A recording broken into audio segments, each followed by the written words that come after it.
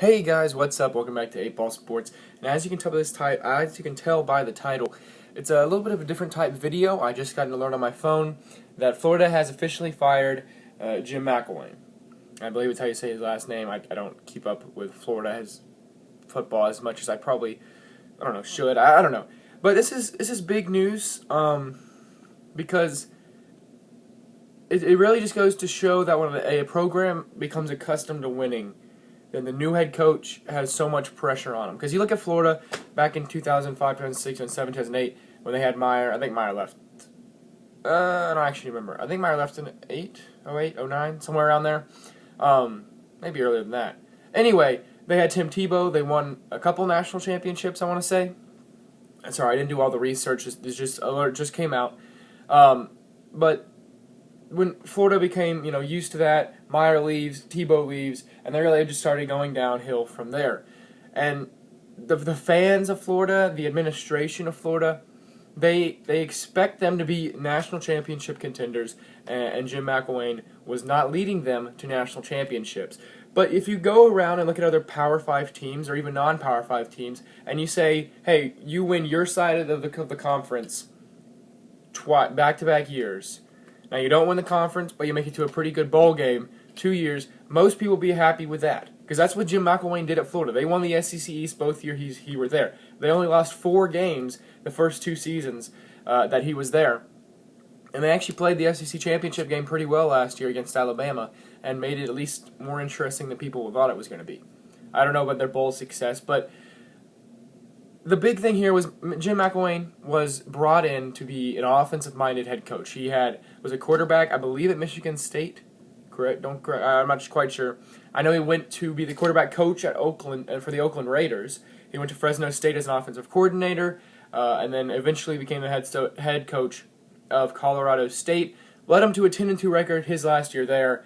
Was named the Mountain West Conference Coach of the Year, and then went to Florida, where at Colorado State, Fresno State, they had high-powered offenses. So Florida was looking to bring in a coach to kind of revive that offense because it had fallen off since Tim Tebow and Urban Meyer had left. And that's not what he did. He mentioned that after they lost yesterday to Georgia, which was just a blowout if you didn't see it, 42-7. But I think a reporter asked him, do you think this could be your last game at Florida? And he said, I know what I was brought here to do. I was brought here to be an offensive-minded coach to bring back the offense of Florida. And he has simply not done that. I don't have the numbers for how their offense did, but considering I don't think they scored an offensive touchdown until like the fourth quarter against Tennessee, I want to say, which I believe was that their second. I don't know. They didn't score an offensive touchdown for a while this season. I know they didn't score it in the opener against Michigan. So then there was all the drama yesterday and the day before about Mcelwain saying that he had received death threats. Him and his fellow coaches had received death threats, but then they asked him to back this up, and he said he didn't give them any extra information. And then later on, he ended up saying that it was a while back, or it was a while ago. He shouldn't have brought it up. So I really don't know what that means. It all seems pretty fishy to me. But Florida was trying to use that to fire him with cause, which first off, that's just kind of a cheap move in my opinion. I don't know, I'm sure he did get some death threats because some college football fan, I'm a very enthusiastic college football fan. I would never send a death threat to anyone, but some college football fans are that extreme about it. And Florida's just trying to get out of paying him $13 million, $12.9 million buyout, and they're trying to get rid of him. So obviously the success has dropped off, though. I mentioned they only lost 4 games the first 2 years. He was there. They've lost 4 games this year. And really, you look at the games they won, they probably shouldn't have beaten Tennessee and Kentucky. Now, Tennessee, maybe they should have beaten. Tennessee is looking like trash right now. If you're a Tennessee fan, I'm sorry, but it's the truth. You're 0-5 in the SEC. You just lost to Kentucky. The Kentucky game, Kentucky just didn't come on your receiver in the final seconds of the game, which, again, is just, I don't know. Yes, you come out with the victory, and I'm not saying that, if a team wins, then they deserve that win. But it was definitely some luck thrown in there, which is just part of college football. Luck is part of college football. And Florida had some luck in those Tennessee and Kentucky games. So you look at that. If they had lost those 2 games, he probably would have been out before this. But they've lost 3 straight. They got blown out yesterday to Georgia. Kind of expected with how good Georgia's been this season. But that loss, I guess, sent Florida over the edge. I don't know if they're actually paying the buyout off, or if they got to fire him with reasonable cause. That has not been confirmed.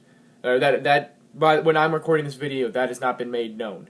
But you can check. I'm sure you can look it up after this video and find out for yourself. So that's really it. It's a little shorter video. It's just kind of a news video. I don't do too many of these. I did one over the Kyrie Irving trade. It's really the only one I think I've ever done.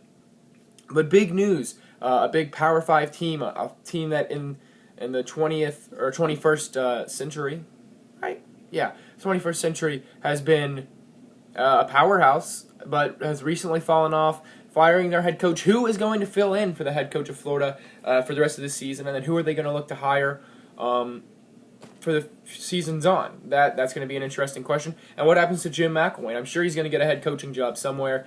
Is Colorado State looking to bring him back? Maybe Fresno State. But those are just questions that you can answer down in the comment section below. Let me know your opinion on this firing in the comment section down below. If you're a Florida fan, are you pleased with the firing? Also, I'm sure people have already commented it, but if you're wondering why, I'm an Ohio State fan and I'm making a video about a Florida head coach being fired.